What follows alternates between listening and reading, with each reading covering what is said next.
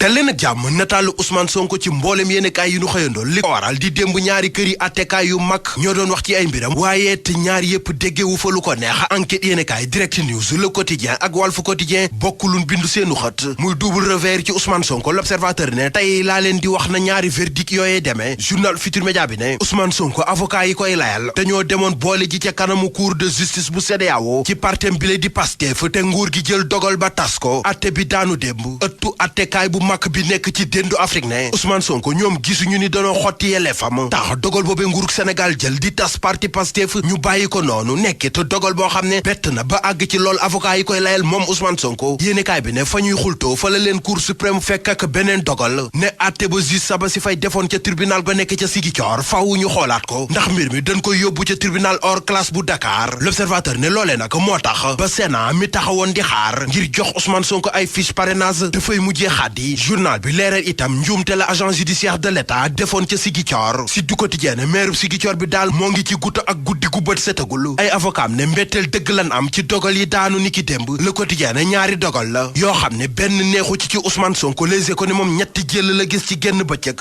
ndax CEDEAO dafa jox dëgg nguurug Sénégal Cour suprême ne dogal ba juge Sabassy Faye jëloon ca Ziguinchor itam dañ koy attewaat boole ci résistance ak ñaxtu yu nu woote woon ci mbeddi Sénégal yi kenn génnul dara yënguwul enquête yéene kaay ne ñaari jël Vox Populi ne Ousmane Sonko kay démb fépp la ñàkk Walf Quotidien na dëgg la boole ci di leeral ñaari atte yëpp ak la ca attekat ya wax source aané bu doonub jongante la ñu ne état bu Sénégal dóor na Ousmane Sonko ki avocat am ñaari bal ci dara journal L'As ne yaakaar ju tas dëgg moo am ni ki démb ndax am na farandooy Ousmane Sonko yu yaakaaroon ne CEDEAO atte bi leen neex lay joxe Cour suprême itam dëggal Sabassy Faye waaye ca mujjantal ga lépp tàbbigee ci tribune ne Cour suprême moo kastu F24 ne toogaay jeex na jóg jot na journal L'Info ne liy dëgg daal moo di Ousmane Sonko moo ngi gën di sori ngir bokk ci élection présidentielle yu atum 2024 Amadou Ba bu Pastef ci journal bi ne nii yoon di doxale muy ping pong muy fexe ba temps bi di dem ngir Sonko bañ a bokk Moustapha Diakhaté moom it ci biir yéenekaay bi ne gannaaw ba CEDEAO dëggal na nguur gi ci parti Pastef gi ñu tas mboolem ku nekkoon responsable ci boobu parti dañ laa war a jàpp ñu jàpp ñun bés bi le jour mi ni mbirum Sonko bu doon match la ñu ni faaw ñu footballaat ko moom ak yoon jeexagul Vox Populi ne nit dof ak yoon itam jeexagul jàppaat nañ ko ñeneen ñuy am lan tekk yoon ci les libération yéenekaay xëy di wax journal bi ne Oustaz Omar Sall mi ñu toppee xotti wor may tarixa Tijaan ak Pape Sané nekk chroniqueur ca Walfadjri ñoom ñaar ñëpp retour de parquet lañu am ca loxoy takk dere la ñuy nekk ba altine démb ci aljuma ji président Macky Sall moo nga woon ca Fatick Le Soleil national ne juróom-ñett fukk ak ñetti milliards ci xaalisu CFA la wax ne moom la ñuy jagleele gox ba njiitu réew mi jël na fa itam fukk ak juróom-ñaari dogal boole ci di artu ne du masa nangu ñuy salfaañe réew mi ku ko wet dina ko essayer xool lii quotidien lu ci mën di am daal moom président Macky Sall teeroo nañ ko ne ni teeroo buur ca Fatick Mamadou Ngom ñaa mobilisé coon ñaa moo xëy di wax li mu xalaat ci réew mi Grand Place mi ko fësal ci xatam ne ci assemblée générale bu mouvement jëf jot na doon amale ca Sendou moom coon ñaa mi ni candidat lay doon ci élection présidentielle atum 2024 wax na boo wax li tere avancé réew mi jàpp itam ne am na ci ay pexe ak i plan ban plan la Aliou Cissé war a teg tey record ne Sénégal ak Soudan du Sud tey ci ngoon lay doon ca Diamniadio stade yéene kaay ne jongante la bu jëm ci éliminatoire coupe du monde 2026 gaynde yi war a dëggal seen bopp wane ni ñoo toog ci donkaasi gi Lac 2 ak Siteu kan moo ciy dégg daali sunu làmb ne suba ci dimanche ji làmb ji dina sàjjiwaat ca arène nationale tarkindaa bi dëkku waalo bi ba dënn ba jóg tax yéene kaay bi ne Siteu ak Lac 2